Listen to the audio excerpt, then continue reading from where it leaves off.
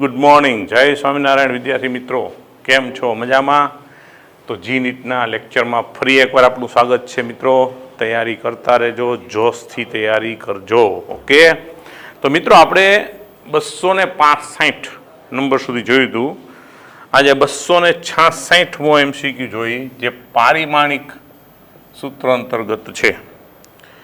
એક નેનો કેપેસિટરના કેપેસિટન્સના માપન માટેનો એકમ, બરાબર છે, યુ ઇલેક્ટ્રોન, પણ એન ઇલેક્ટ્રોન હોય, બરાબર, યુ ઇલેક્ટ્રોન. તો યુ ઇલેક્ટ્રોનના વિદ્યુતભાર E, બોહર ત્રિજ્યા A0, પ્લાન્ક અચળાંક H અને પ્રકાશની ઝડપ C ના સંયોજન વડે વ્યાખ્યાયિત કર્યો હોય તો યુનું EHC ઉપર આધારિતતા કેવી હોય, એટલે યુનું સમીકરણ ટૂંકમાં કયા ફોર્મમાં હોય એ આપણને પૂછ્યું. પ્રશ્ન સમજાય?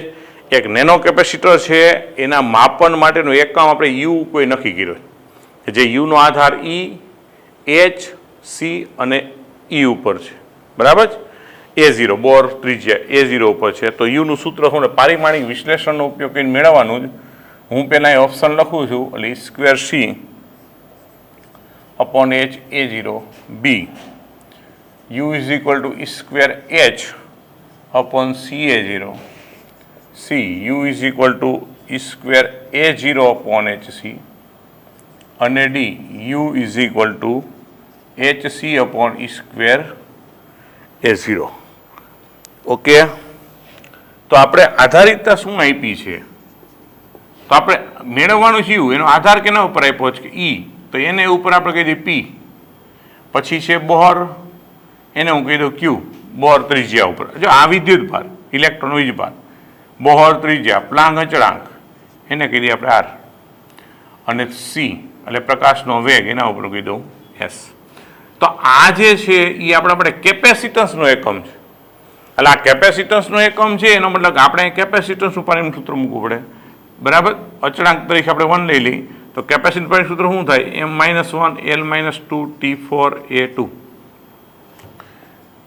અચળાંક, સમતુલ્ય અચળાંક જે હોય એને 1 કહી દીધો આપણે, સમજી. વીજભાર તો શું હોય? A1 T1. ઇલેક્ટ્રોનનો વીજભાર, તો વીજભારનું પરિમાણ સૂત્ર શું હોય? A1 T1. આ બોહર ત્રિજ્યા એક પ્રકારનું અંતર, મતલબ L1. H એટલે પ્લાન્કના જૂલ ઇન્ટુ સેકન્ડ, મતલબ M1 L2 T-1, બરાબર. પ્લાન્ક અચળાંકનો એકમ જૂલ સેકન્ડ, એટલે એનું પરિમાણ સૂત્ર થાય M1 L2 T-1. અને આ પ્રકાશનો વેગ એટલે L1 T-1 S, બરાબર. તો અહીં સાદુરૂપ આપી દે તો એમની ઉપર એક જ ઘાત છે, આ જગ્યાએ R. પછી L હોય તો L ઉપર અહીં Q, અહીંયા 2R, અહીંયા S. તો શું થાય? Q plus 2R plus S. T ઉપર ગણીએ તો અહીંયા P, અહીંયા માઇનસ R અને અહીંયા માઇનસ S, અને છેલ્લે આવે A. તો એ ઉપર એક P છે. ઓકે, તો એની સામે અહીંયા -1 -2 T4 A2, બરાબર. કેપેસિટન્સનું આપણે બરાબર મૂક્યું છે ને, ચેક કરી લેવો. તો હવે આપણે સરખામણી કરી, તો સરખામણી કરો, બંને બાજુ MLTની ઘાત સરખાવો તો શું જોવા મળે કે અહીંયા R બરાબર -1 એક થઈ જાય. એક સમીકરણ શું આવશે? Q પ્લસ 2R વત્તા S બરાબર -2. Lની ઘાત સરખાવો એટલે Tની ઘાત સરખાવો એટલે P minus R minus S બરાબર 4, અને એની ઘાત સરખાવો તો P બરાબર 2. તો ઇન શોર્ટ તમને બેની તો કિંમત મળી ગઈ. તો હવે તમને સ્પષ્ટ દેખાય કે જો અહીંયા P, આ સમીકરણમાં P અને Rની કિંમત મૂકો તો S મળી જાય. તો Pની કિંમત 2, આની -1, આ S ઇઝ ઇક્વલ ટુ 4. તો માઇનસ માઇનસ પ્લસ એટલે 2 ને 1 3, ઓછા S બરાબર 4, તો S બરાબર 3 ઓછા 4 એટલે ઓછા 1. તો Sની કિંમત એ આપણને નીચે લખી. સમજાય ને શું કર્યું? આ જો મેથેમેટિક્સ છે, ફિઝિક્સ તો પૂરું થઈ ગયું કહેવાય. તો હવે 3ની કિંમત અહીં મૂકી દો એટલે Q મળી જાય. તો Q વત્તા 2R, R -1, S -1, તો -2, મતલબ Q -2 -1 -2 માઇનસ કેન્સલ, તો Q બરાબર 1. એટલે PQR બધાની કિંમત મળી ગઈ, મૂકી દો. તો માટે U બરાબર E⁻P, તો P ની કિંમત 2 છે, બરાબર છે. A0Q, તો Qની કિંમત કેટલી છે? 1. પછી Hની -1, Sની -1 તો આપણો જવાબ આવે E² A0 -1 એટલે છેદમાં HC તો આ આપણો જવાબ થાય E² A0 upon HC એટલે વિકલ્પ C. Okay, ready? ત્યાર પછી 267. તો જો 267 ની રકમ છે એક વિસ્તારમાં E બરાબર 25 I કેરેટ વત્તા 30 J કેરેટ ન્યૂટન પ્રતિ કુલમ જેટલું વિદ્યુત ક્ષેત્ર અસ્તિત્વ ધરાવે છે. જો આ વિસ્તારમાં ઉગમ બિંદુ આગળ વિદ્યુત સ્થિતિમાન 0 લેવામાં આવે તો 2 મીટર બિંદુએ સ્થિતિમાન ખાલી જગ્યા વોલ્ટ થાય. ઓપ્શન આપ્યા છે -130, -120, -140 અને -110. તો જો અહીંયા મિત્રો આપણે એમ લખી શકીએ કે V22 બરાબર -V00 ઉગમ બિંદુ સાપેક્ષ 2 એટલે શું થઈ જાય 0022 E.dl હોય. પણ E તમને રકમમાં કેટલું આપ્યું છે 20I વત્તા 30J એટલું જ આપ્યું છે ને. ઓકે, 25I છે, સોરી, એટલે 25I અને આ જે dl છે એના માટે સૂક્ષ્મખંડ dxi વત્તા dy છે બરાબર 0022. હવે તમે આનું અદિશ ગુણાકાર કરો એટલે શું વધશે 25 dx વત્તા 30 dy. કારણ કે I.I1 પછી I.J તો 0, J.J1, J.I0 લિમિટ 0022 સંકલન કરો એટલે 25x વત્તા 30y લિમિટ 2 અને 00. તેની સામે ઉદ્ગમ બિંદુમાં તો તમને 0 કહી જ દીધો એટલે આ તો આપણો પણ 0 છે. એનો મતલબ આપણને આ 2 પાસેનું સ્થિતિમાન મળે. તો પહેલાં અપર લિમિટ બરાબર, લો લિમિટ તો 0 એટલે 0 થઈ જાય તો અપર લિમિટ મૂકો તો અહીં શું થાય 25 વત્તા 30 2 તો 50 વત્તા 120 તો 100 ને શું થયું 170 માઇનસ તમે 00 મૂકશો તો ત્યાં પર શું થઈ જશે 00 એટલે 25I કેરેટ વત્તા 30 J કેરેટ એવું આપણને આપેલ છે બરાબર. અચ્છા 2 મૂકવાના 30 અહીંયા 60 તો જવાબ શું થઈ જાય 110 સોરીઓ અને 110 વોલ્ટ. એટલે સૂત્રમાં આપણે જો કે અહીંયા આગળ માઇનસ હોય ને સ્થિતિમાનના તફાવતમાં એટલે માઇનસ લખતા જાજો એટલે ઓપ્શન આવશે -110 ઓપ્શન ડી. ઓકે, સ્ક્રીનશોટ લઈ લો.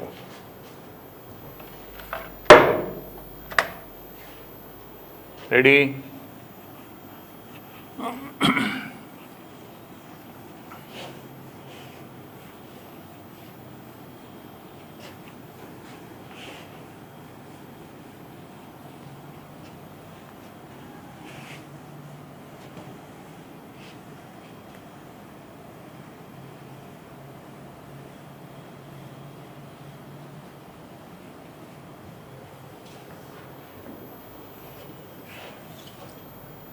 તો ત્યાર પછીનો પ્રશ્ન છે 268. તો કે આપણે આગળ આવી ગયો છે બરાબર છે. 4 માઇક્રોફેરાડના 3 કેપેસિટર જોડી સમતુલ્ય કેપેસિટન્સ 6 માઇક્રોફેરાડે મેળવવા માટે શું કરવું પડે? તો અલગ અલગ 4 ઓપ્શન આપ્યા. હવે તમે એટલી ખબર પડે બધાને તમે શ્રેણીમાં જોડી દો તો 4/3 થાય. બધા સમાંતર હોય તો 12 થાય બરાબર. 2 સમાંતરની શ્રેણી તમે 2 સમાંતર જોડો તો 8, એની સાથે શ્રેણીમાં એક હોય તો 8 3 24 8 વત્તા 3 એટલે 11 બરાબર. એ ઓપ્શનની પોસિબલ નથી. તો 2 શ્રેણીમાં હોય તો શું થાય એનું સમતુલ્ય 2, એની સાથે સમાંતરમાં 3 હોય તો 3 દુ 6 બરાબર છે. એટલે ટૂંકમાં તમારો સાચો ઓપ્શન શું આવે કે 2 સમાંતરમાં અને એની સાથે એક શ્રેણીમાં એવો ઓપ્શન થવો જોઈએ કે નહીં. એટલે આપણે ચેક કરવું પડશે. છેલ્લા 2 ઓપ્શન આપણે ચેક કરી લઈએ કે 2 શ્રેણીને એની સાથે એક સમાંતર બરાબર છે. એટલે બધા શ્રેણીનો પોસિબલ નથી, બધા સમાંતર પોસિબલ નથી. એટલે 2 સમાંતર ને એક શ્રેણી, કારણ કે સમાંતરને સીધા શ્રેણીની સમાંતર તો સીધા આવડી જાય.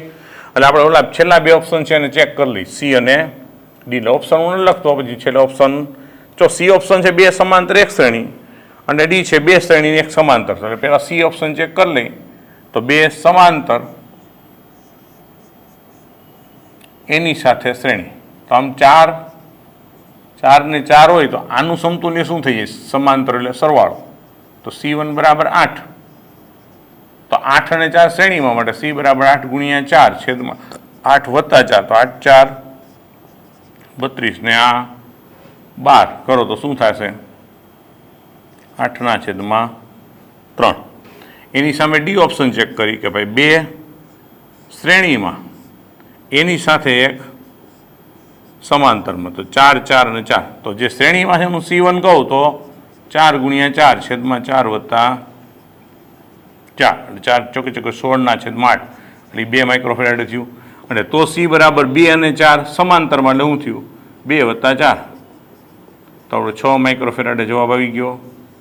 એનો મતલબ ઓપ્શન શું થાય? બે શ્રેણી એની સાથે એક સમાંતર, એટલે કે ઓપ્શન ડી. શું? બે શ્રેણીમાં અને એક સમાંતરમાં જોડવા જોઈએ, એનો શબ્દ જ વાપરીએ આપણે. ઓકે, ત્યાર પછી જે છે 209. હવે મિત્રો એમાં છે ને એનો જે રકમ છે એમાં બહુ ભૂલો છે, એટલે 269માં હું બોલું એ પ્રમાણે રકમ તમે લખતા જ જજો, કે જે છે એમાં સુધારો કરજો. બરાબર, રકમ આવી હોય 2 માઇક્રોફેરાડે 1 માઇક્રો, શરૂઆત સમજો, 1 માઇક્રોફેરાડે કેપેસિટન્સ ધરાવતા કેપેસિટરને એવી રીતે જોડવાના કે જેથી તેમની વચ્ચે વિસ્થિતિમાનનો તફાવત 1 કિલોવોલ્ટ, 10 કિલોવોલ્ટ નહીં, 1 કિલોવોલ્ટ થાય, તથા સમતુલ્ય, આખી લીટી ન છપાણી, તથા સમતુલ્ય કેપેસિટન્સ 2 માઇક્રોફેરાડે મળે. અહીં દરેક કેપેસિટર 300 વોલ્ટ જેટલો, એમાં લખેલું છે દરેક કેપેસિટર 300 વોલ્ટ જેટલો મહત્તમ વોલ્ટેજ ધરાવી શકે છે. તો આવી રચના મેળવવા કેટલા કેપેસિટર જોઈએ? જે હું બોલ્યો સુધારો કરી લેજો તો જ સમજાશે. એટલે 32, 2, 16 અને ડી 24. તો મિત્રો અહીંયા દરેક, માની લો 1 હરોળમાં, ધારો કે અહીં 1 હરોળમાં n કેપેસિટર છે. આપણે કેટલા ધારી? 1 હરોળમાં n કેપેસિટર છે. હવે 1 હરોળમાં n કેપેસિટર હોય મિત્રો, એટલે દરેક કેપેસિટરમાં વોલ્ટેજ ડિવાઈડ થાય. બરાબર, આપણે n કેપેસિટર આમ જોડવું એટલે સમજો આમ છે પરિસ્થિતિ, ક્લિયર થાય? આ n. હવે તમે આવી પાછી હાર જેટલી હશે એ આપણે ગણવાની છે, પણ તમે અહીંયા જે બેટરી આપ્યો છે એનું સમતુલ્ય વોલ્ટેજ આમ, તો આનું તમને આનું 1000 વોલ્ટ કીધું કહેવાય, કારણ કે સમાંતર જોડાના વોલ્ટેજ દરેકના સરખું હોય, સમતુલ્ય એટલું જ. 1000 વોલ્ટ, 1 કિલો વોલ્ટ એટલે 1000 વોલ્ટ જ. તો આ જે 1000 વોલ્ટ છે એ બધા કેપેસિટરમાં સમાન રીતે ડિવાઈડ થાય. બરાબર, તો 1 કરોડમાં n કેપેસિટર છે. કેપેસિટરો શ્રેણીમાં હોવાથી વોલ્ટેજ વિભાજન થશે. એનો મતલબ સમજો કે તમારી પાસે n કેપેસિટર, આપણા કુલ વોલ્ટેજ કેટલા? 1000 ભાંગા આપણા કેપેસિટર સંખ્યા આપણે 1 કરોડમાં n મૂકી, પણ આની ક્ષમતા છે કે આ જે એક કેપેસિટર મળતો વોલ્ટેજ જ મેં ગણ્યો, પણ ઈ છે એની ક્ષમતા શું છે કે 300 થી વધારે ખમી ન શકે, મતલબ લેસ ધન ઇક્વલ ટુ 300 થવો જોઈએ. તો એનો વ્યસ્ત કરું તો વ્યસ્ત કરું એ સંજ્ઞા બદલાઈ જાય, આમ થાય. સોરી, અહીં વ્યસ્ત કર્યું પણ 1/300, તો 1000 ઓલી બાજુ લઈ જાઓ તો 1000 ભાગ્યા 300 મતલબ 3.333. તો એની કિંમત 3.3 બરાબર અથવા તો વધારે હોઈ શકે. તો માટે શું છે કે n બરાબર 4 શક્ય છે. બહુ વધારે આપણે ન લઈ શકીએ, પણ 4 શક્ય છે. તો 1 હરોળ માટે 1 હરોળનું સમતુલ્ય કેપેસિટન્સ એને હું સી ડેશ કહું તો 1 કરોડમાં 4 શક્ય છે, દરેકના મૂલ્ય કેટલા? તો 1 માઇક્રોફેરાડે, તો 1/4 માઇક્રોફેરાડે થાય. તો આપણે સમતુલ્ય 2 જોઈએ છે. હવે શું લખાય કે માટે 1/4 માઇક્રોફેરાડે મેળવવા બરાબર હરોળની સંખ્યા એ આપણે 1 મળી કે જેમાં 4 હમાય. તો આપણે 2 માઇક્રોફેરાડે જોઈશ તો હરોળની સંખ્યા કેટલી, જેને આપણે n કહી દઈએ તો 2/1/4. તો જવાબ શું થઈ જાય? 8 છેદનો છેદ અંશમાં. એનો મતલબ કે આમ 4 અને આમ 8, તો માટે કુલ કેપેસિટર એક હરોળમાં 4 અને એવી પાછી 8 હાર, તો કેટલી થઈ? કુલ કેપેસિટર સંખ્યાને આપણે આને n ડેશ કહી દીધું અને n કહી દીધું, તો શું આવે? n ડેશ બરાબર ઇન્ટુ n, એટલે 8 ગુણ્યા 4. તો જવાબ શું આવશે કે 32 જોઈએ. ઓપ્શન શું થશે? એ. ઓકે, એટલે પ્રશ્નમાં સુધારો કરજો એ પ્રમાણે. જો મિત્રો તમને એમ થાય કે અહીંયા n ગ્રેટર ધેન ધીસ, તો ગમે એટલું જોડી શકાય, નો ડાઉટ. પણ આપણે મિનિમમ, કારણ કે તમે અહીંયા 4 લીન કર્યું છે બરાબર, એટલે 1000નું ડિવિઝન કરીએ છીએ આપણે, 300થી વધારે ખમી શકતો એટલે આના કરતાં મોટું, પણ મોટું જે નજીકનું એ જ આપણે પસંદ કરી અને મૂલ્ય ગણી શકીએ છીએ. ઓકે, એટલે બહુ મોટું લઈ લેવાની જરૂર છે નહીં. સ્ક્રીનશોટ લેવાઈ ગયો છે ને?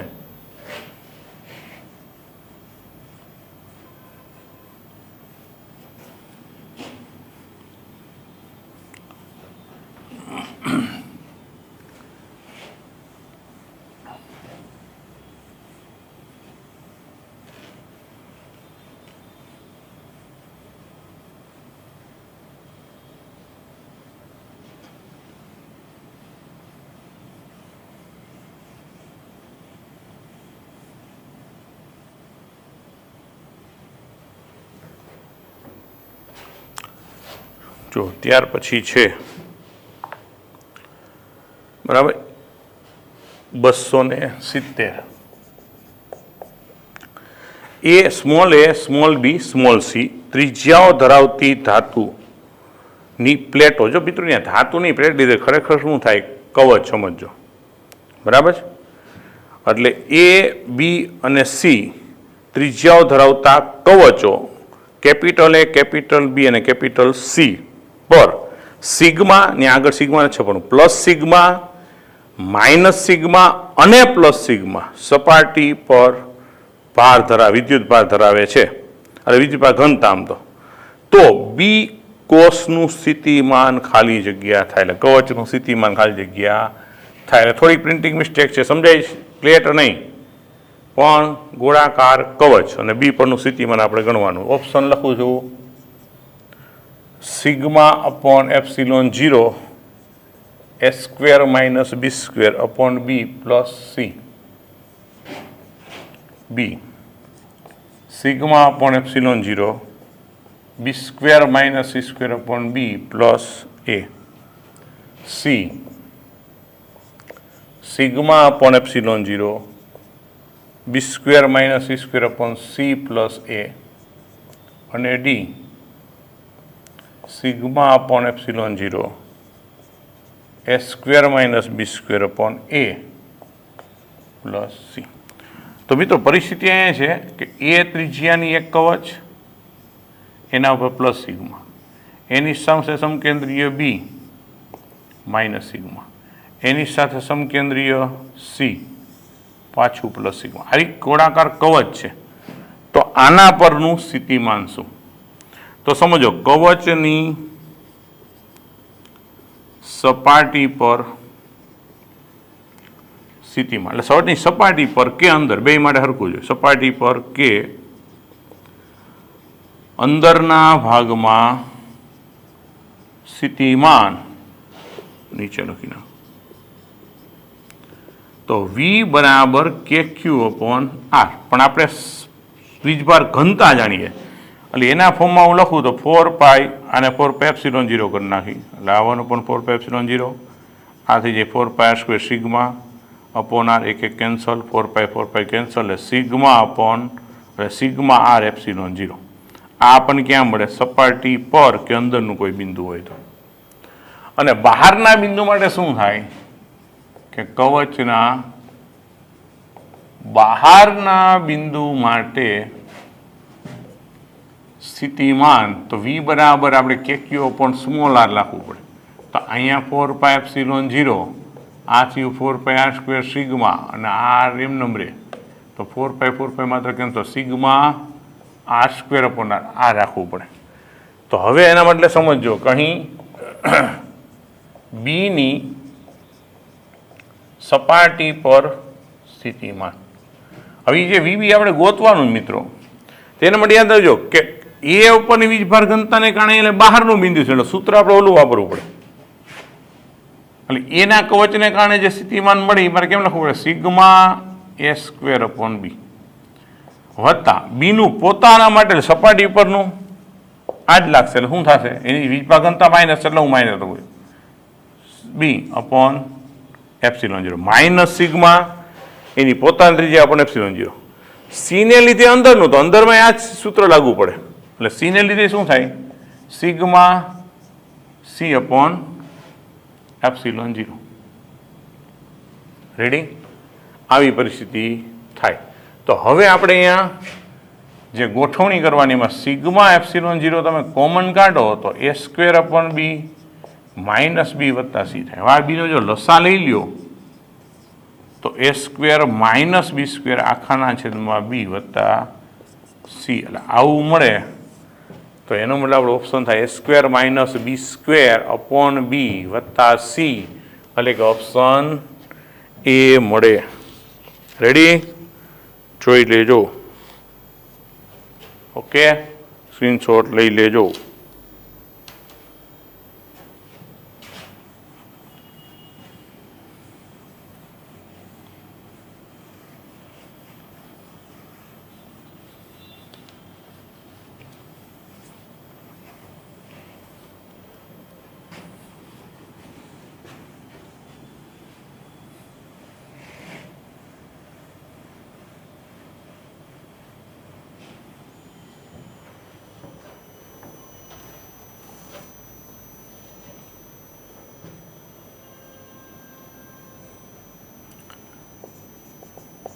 બસો ને 71 90 પાઇકોફેરાડે કેપેસિટન્સ ધરાવતું સમાંતર પ્લેટ કેપેસિટર 20 વોલ્ટના EMF સાથે જોડેલ છે 5/3 એને થોડોક સુધારે મિત્રો 5/3 ડાય ઇલેક્ટ્રિક અચળાંક ધરાવતી પ્લેટ વચ્ચે મૂકતા તેના વિદ્યુત ભારમાં ઘટાડો ખાલી જગ્યા તેનો વિદ્યુત ભાર નહીં તેના વિદ્યુત ભારમાં ઘટાડો ખાલી જગ્યા હવે એ ઓપ્શન 0.3 નેનોકુલમ બી 2.4 નેનોકુલમ સી 0.9 નેનોકુલમ અને ડી 1.2 નેનોકુલમ તો મિત્રો જ્યારે વિદ્યુત ભારિત થાય બરાબર તો જ્યારે વિદ્યુત ભારિત થાય ત્યારે વીજભાર શરૂઆતમાં જ્યારે આપણે વિદ્યુત ભાર કર્યું હોય ત્યારે વીજભાર એને ક્યુ કહું તો સૂત્ર હું સીવી તો સી કેટલું આપ્યું છે 90 ગુણ્યા પાઇકોફેરાડ -12 ગુણ્યા 20 એનો મતલબ કે 1800 ગુણ્યા 10⁻12 એનો મતલબ 1 પોઈન્ટ ગુણ્યા 10⁻9 એટલે 1.8 નેનોમીટર એટલું થયું હવે 5/3 ડાયઇલેક્ટ્રિક મુક્તા વીજભાર તો સમજો કે એને Q2 કહું તો કેપેસિટન્સ કે ગણું થઈ ગયું ને વોલ્ટ થઈ ગયા તો આ કેટલું છે 5/3 સી એટલે 90 ગુણ્યા 10⁻12 વી એટલે 20 વોલ્ટ છે ને તો હવે સાદુરૂપ થાય શું થાય 30×90 બરાબર છે તો 5×3 = 15 × 2 = 30 मतलब 3000 गुणिया 10⁻12 एनो मतलब 3 × 10⁻9 एनो मतलब 3 નેનોકુલમ નેનોમીટર नहीं तो माटे वीजभार में घटाड़ो वीजभार में ઘટાડો ક્યુ બરાબર તો Q1 Q2 માઇનસ Q1 તો 3 ઓછા 1.8 એટલે જવાબ શું આવશે 1.2 નેનો કુલમ એટલે 1.2 નેનો કુલમ એ આપણો આન્સર થાય વિદ્યુત ભારમાં ઘટાડો ગોતવાનો છે જો મુક્તા વિદ્યુત ભાર કેટલો તો જવાબ આવે 3 નેનો કુલમ ઓપ્શનમાં કંઈ 3 નેનો કુલમ છે નહીં એટલે તમને ઘટાડો જ પૂછ્યો છે અને આન્સર પ્રમાણે આપણે ક્વેશ્ચનનો સુધારો કર્યો છે રેડી ત્યાર પછી છે 272 બરાબર આ થોડોક પાછો સમજવા જેવો છે વ્યવસ્થિત ઓકે પણ એટલામાં આઈ થિંક કદાચ નહીં સમાય બરાબર એટલે આપણે આને સ્ક્રીનશોટ લઈ લ્યો અને ભૂસી નાખી કારણ કે લગભગ આખું બોર્ડ જોશે આનો સ્ક્રીનશોટ લઈ લ્યો રેડી પછી આપણે ગણીએ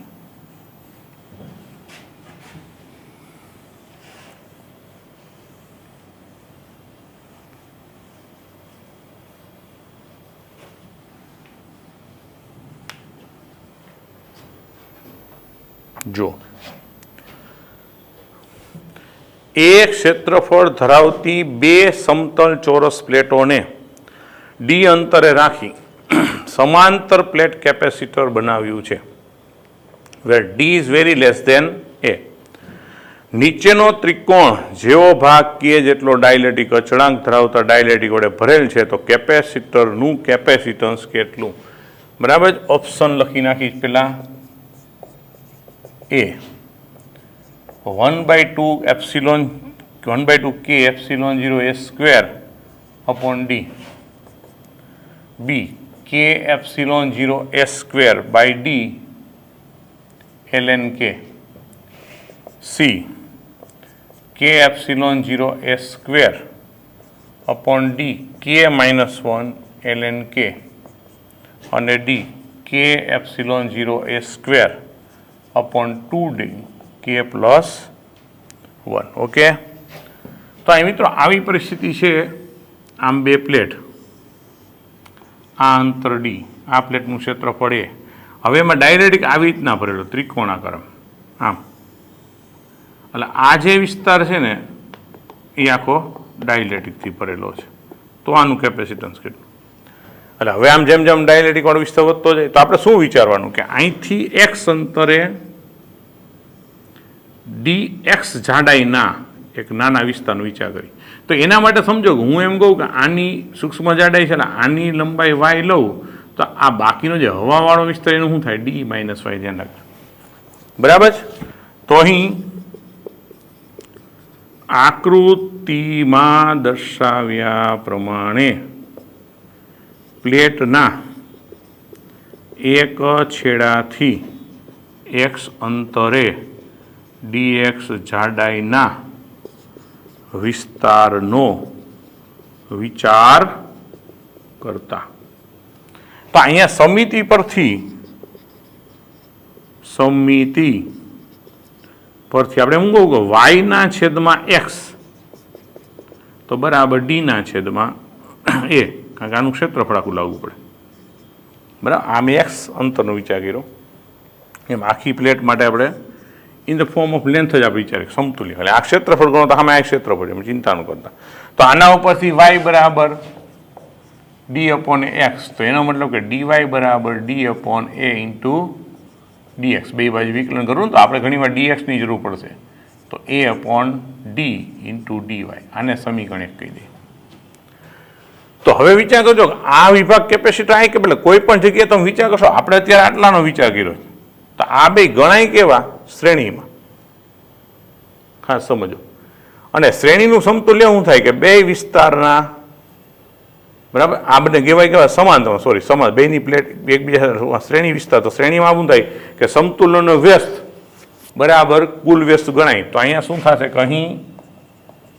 બંને વિસ્તારો શ્રેણીમાં આપણે જે ડીએક્સ જાડાઈનો વિચાર એમાં કે વાળો વિસ્તાર છે ને આ હવાવાળો વિસ્તાર એ બંને થાશે શ્રેણીમાં યાદ રાખજો એટલે બંને વિસ્તારો શ્રેણીમાં હોવાથી હું એનું સીધું સમતુલ્ય એમ ગોઠવા પ્રયત્ન કરું તો 1/dc સૂક્ષ્મ છે એટલે નાનું છે એટલા માટે તો આનું જ્યારે લખો ત્યારે કેમ લખાય ઊંધું લખવાનું છે એટલે ટૂંકમાં કે એપ્સિલોન 0 a dx એટલે એપ્સિલોન 0 a અપોન ડી, પણ એની લંબાઈ કેટલી પહોળાઈ વાય, એટલે અમારા વાય આવશે. જો આ ખાસ સમજો, 1/DC, એટલે આ વિસ્તાર હું લખું ત્યારે કે જેટલો ડાયલ કે ગણું થાય ને, એટલે K0 એપ્સિલોન કે એપ્સિલોન 0 એનું ક્ષેત્રફળ આપણે લખશું ADX, બરાબર, અપોન એનું બે પ્લેટ વચ્ચે અંતર તો એ વાય, વત્તા એમ બીજા વિસ્તારનું લખશું ત્યારે અંતર શું થશે D - y ને, આનો વિસ્તાર D - y, અને છેદમાં શું આવશે એપ્સિલોન 0 ADX.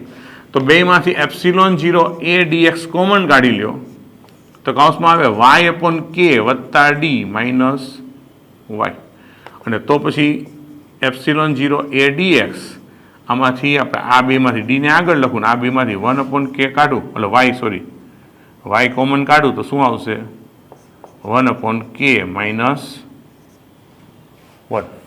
Okay, ready? આવું જ આવે. તો આ 1/DC થયું. તો માટે ડીસી એટલે હું તને વ્યસ્ત કરી નાખવું પડે, મતલબ એપ્સિલોન 0 ADX અંશમાં જાય અને આ ડી વત્તા વાય 1/k માઇનસ 1 ક્યાં આવી જાય છે. તો આ આપણે સૂક્ષ્મ વિસ્તારનું મળી ગયું. તો આપણે હવે કુલ ગોતવું છે તો મારે આ પદનું શું કરવું પડે? સંકલન. કેની વચ્ચે? 0 થી x, એટલે હું એક છેડેથી અંતર છે 0 થી d. તો માટે કુલ કેપેસિટન્સ C માટે સંકલન લેતા. તો હવે તમે આ બધું સંકલન કરો એટલે C બરાબર એપ્સિલોન 0 a dx ની જગ્યાએ dy ના ફોર્મમાં કિંમત મૂકવી પડે. આ અચળાંક ગણાય, સંકલન 0 થી d થાય. હવે આ સમજો dx ની જગ્યાએ મારે કિંમત મૂકવી પડે, એટલે એમાં a/d અચળ છે, પેલા મૂકી દેવાનો પછી આપણે બહાર કાઢશું. અને છેદમાં શું છે d + y 1/k minus 1. Ready? આમ છે. તો હવે તમે આ બધું સંકલન કર્યા, ઓલું પદ તો અચળ છે એપ્સિલોન 0 a² d, આને બહાર લઈ દીધું. હવે આનું સંકલન નિયમ મુજબ તો ln થાય, 1/ln શું થાય d વત્તા y 1/k માઇનસ 1, બરાબર, 0 થી d. પણ આનું પાછું વાયનો સહગુણક આપણે છેદમાં લખવો પડે, અહીંયા જ આવે, શું આવશે 1/k માઇનસ 1. રેડી? હવે તમે આમાં કિંમત મૂકો, એપ્સિલોન 0 a d, આનો આપણે લસા લઈ લઈએ તો શું થશે 1 - k છેદનો છેદ અંશમાં. અહીંયા લિમિટ મૂકી ત્યારે પેલા ln અપર લિમિટ, એટલે જ્યાં y છે ત્યાં d મૂકો તો d વત્તા d 1/k minus 1. Minus lower limit, લોગમાં તો ભાગાકારમાં લખાયેલું સીધું લોઅર લિમિટ, જ્યારે 0 મૂકી દો તો શું વધશે ખાલી d. જો ને છેદમાં એટલા લખ્યું મિત્રો, ln મેન નામ રાખ્યું, ધ્યાન રાખજો. લોગમાં ને અહીંયા મૂકું પછી માઇનસ કહીને આ મૂકું તો બાદ બાકી ભાગાકારમાં લખાય, મેં સીધું છેદમાં લખ્યું. હવે તમે ઉપર સાદુરૂપ આપી દો તો epsilon 0 a² k d 1 - k, અહીંયા સાદુરૂપ આપો એટલે ડી અંદર ગુણી નાખો તો શું થાય d વત્તા d/k માઇનસ d/d તો છે, તો આ dd કેન્સલ. પછી જ્યારે આ બે પતે તો આઈડીડી કેન્સલ, વધે શું ખાલી epsilon 0 a² k d 1 - k ln આ dd કેન્સલ થઈ જશે તો 1/k. હવે આને કે લખવું હોય ઊંધું તો અહીંયા -12 આવે, પણ એ પાસે ક્યાં આને ફેરવી નાખ્યું લખવું હોય તો epsilon a² k d k -1 ln k. એટલે આવો જવાબ આપણો આવો જોઈએ. ઓકે, તો આપણો ઓપ્શન શું થશે? સી. રેડી? સ્ક્રીનશોટ લઈ લેજો. ઓકે,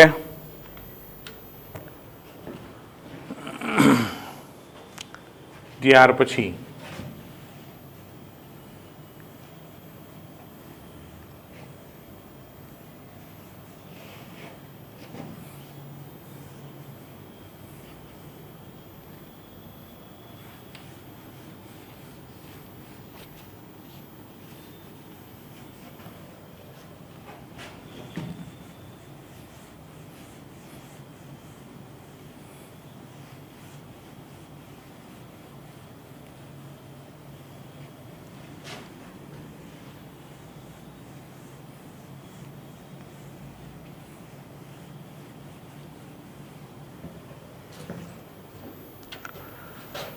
જો ત્યાર પછીનો પ્રશ્ન છે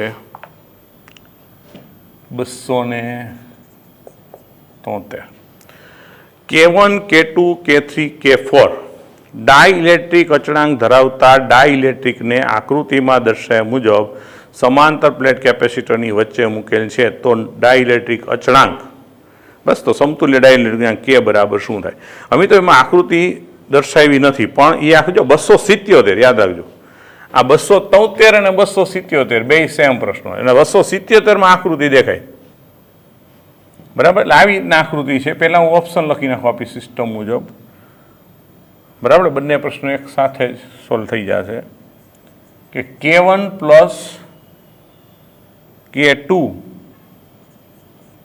K3 plus K4 upon 2 K1 plus K2 plus K3 plus K4. एक ऑप्शन आ है.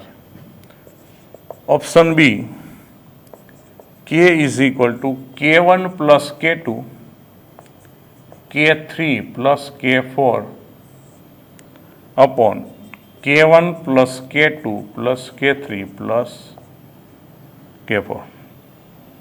सी K1 plus K4 K2 plus K3 upon 2 K1 plus K2 plus K3 plus K4. અને option D K is equal to K1 plus K3 K2 plus K4 K1 plus K2 plus K3 plus K4. Ready. તો આવી રીતના આકૃતિ છે કે બે plate, એની વચ્ચે ચારેય જે K1 K2 છે, અહીંયા K1 છે, K2 K3 અને K4. તો ભાઈ તો આ જે ડિસ્ટન્સ છે એ D/2, આ ડિસ્ટન્સ D/2, આ જે વિસ્તાર છે ને L/2, એટલે L લંબાઈની પ્લેટ સમજો, L/2 આની લંબાઈ કીધી કહેવાય. તો અહીંયા હવે એક વસ્તુ સમજો કે આ બે કેવા ગણાય સમાંતરમાં, આ બે કેવા ગણાય સમાંતર, પછી બે કેવા ગણાય શ્રેણી. હવે પ્લેટનું ક્ષેત્રફળ દરેક માટે કેટલું થઈ સમજી લો કે તમે અહીંથી તમને દેખાય કે આ L/2 પણ અંદરની પાસે માની લો પ્લેટ આમ છે, સમજાય તમને, L લંબાઈની જ એક ચોરસ પ્લેટ છે. લોજિક થોડું સમજો. એટલે L લંબાઈ, L પહોળાઈ, પણ તમે આમ જે વિસ્તાર ફેરવો છે ત્યારે આમ થયો, એટલે આ શું થઈ જાય કે આ L/2 થાય, પણ એનું ક્ષેત્રફળ આ તો L જ રહે ને, આ L/2. એટલે આ K1 વાળો વિસ્તાર અહીંયા હોય, પછી K3 વાળો વિસ્તાર આવ્યો હોય, એની બાજુમાં K2 વાળો વિસ્તાર હોય, એની બાજુમાં K4 વાળો વિસ્તાર હોય. એટલે પ્લેટનું ક્ષેત્રફળ ચારેય કેપેસિટર પણ યાદ રાખજો L ગુણ્યા L/2, અને ચારેય કેપેસિટર માટે D કેટલું, D/2, એ તો બધાને D/2 લાગુ પડશે. એટલે ક્ષેત્રફળ અને ડી વિશે તમને ખ્યાલ આવી જવો જોઈએ. અને એમાંય આ બે જે સમાંતર છે એમાં તો સીધો સરવાળો થતો હોય. એટલે હવે શું ખાસ સમજો, જે લખવું જોઈએ કે અહીં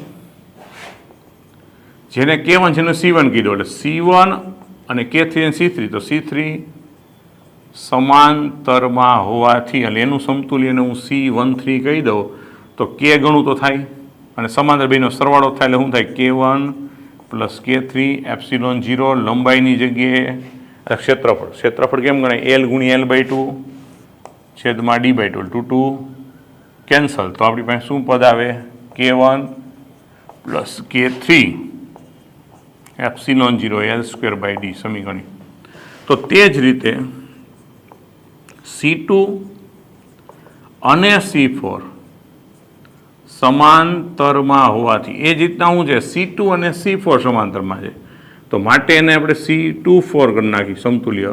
તો એની જેમ જ K2 વત્તા K4 epsilon 0 L into L/2 upon D/2, એનો મતલબ કે K2 plus K4 epsilon 0 L²/D સમીકરણ 2. તો અહીં હવે સમતુલ્ય માટે શું થાય કે C13 અને C34 24 શ્રેણીમાં ગણાશે. કેવા હશે? આનું સમતુલ્ય C13 થયું, આનું C24 થયું, હવે બે શ્રેણીમાં. તો શ્રેણીમાં હોવાથી તો એનું કુલ સમતુલ્ય જે આવશે એને આપણે કેમ લખશું? બેનો ગુણાકાર છેદમાં બેનો સરવાળો. તો કિંમત મૂકો ત્યારે સમજો ગુણાકાર કરશો એટલે શું લાવશો? K1 plus K3 epsilon 0 L square by D K2 plus K4 epsilon 0 L square by D, પણ છેદમાં સરળ કરો ત્યારે epsilon 0 L square by D common, K1 plus K2 વત્તા K3 વત્તા K4 ચારે હળંગ જો લખી નાખું. તો હવે અહીંયા જે સમતુલ્ય આપણે ગોતવાનું ન્યાય સીની જગ્યાએ હું લખી શકું? એપ્સિલોન 0 એલ સ્ક્વેર ડી થાય ને, આખા કેપેસિટી વિચાર કરશો ક્ષેત્રફળ એલ સ્ક્વેર થશે, અંતર કુલ ડી થશે. સમજો ખાસ. તો અહીંયા સમજો એક એપ્સિલોન 0 ડી કેન્સલ, આ એપ્સિલોન 0 એલ સ્ક્વેર વધશે, એ મેં લખું છું epsilon 0 L square upon D. અહીંયા આવ્યું K1 K3 into K2 K4 છેદમાં K1 plus K2 plus K3 plus K4. તો આ બે કેન્સલ કરો, અને K ગણવું હોય ને સમતુલ્ય માટે, જે કાંઈ ડાયરેક્ટ K ગણવું હોય તો આપણે K બરાબર મળ્યા K1 plus K3 into K2 plus K4 છેદમાં K1 plus K2 plus K3 plus K4. આવો ઓપ્શન મળે એટલે એવું ઓપ્શન આપણે ક્યાં દેખાય છે કે બી દેખાય છે. રેડી? ઓપ્શન શું થાય છે? બી. રેડી? અને 273 અને 277 બે માટે સ્ક્રીનશોટ લઈ લ્યો. ઓકે.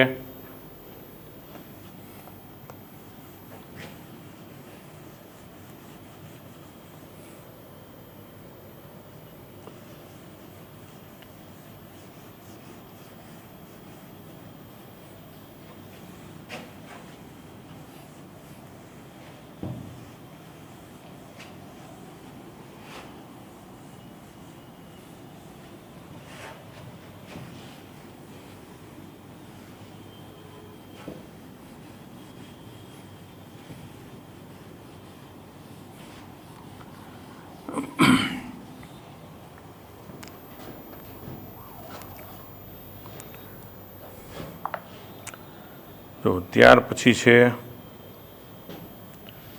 278, અરે સોરી 273 74, બરાબર? આપણે 73 77 ભેગું કર્યું એટલા માટે. તો 274 નીચે આપેલ આલેખ શું દર્શાવે છે? બરાબર? થિયોરિટિકલ હું ખાલી આલેખ દોર નાખું કે આ એનું કેન્દ્ર અને ત્રિજ્યા આમ વિચારજો, તો એને અનુરૂપ તમને આલેખ એક આપ્યો આમ આવો ત્રિજ્યા 0.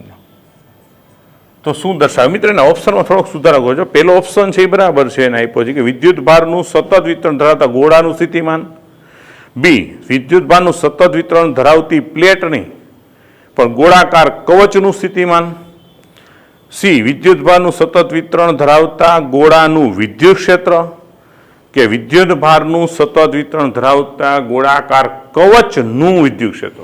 ટૂંકમાં જ્યાં પ્લેટ લખી છે ને ત્યાં ગોળાકાર કવચ કરી નાખો ઓપ્શન બી અને સીમાં. હવે મિત્રો તમને આપણે ઓપ્શન સમજો કે કવચમાં અંદરના ભાગમાં સ્થિતિમાન સપાટી જેટલું અચળ હોય ને પછી ઘટવા લાગે એટલે સ્પષ્ટ દેખાય કે આ કેનું છે, મતલબ સાચો ઓપ્શન થાય છે બી. એટલે હું બી સીધો જવાબ લખું છું કે વિદ્યુત ભારનું સતત વિતરણ ધરાવતા ગોળાકાર કવચનું સ્થિતિમાન દર્શાવે. બરાબર? એનો આલેખ છે, એટલે સ્થિતિમાન વર્સિસ આરનો આલેખ ગણાય. ઓકે. ત્યાર પછી છે 275.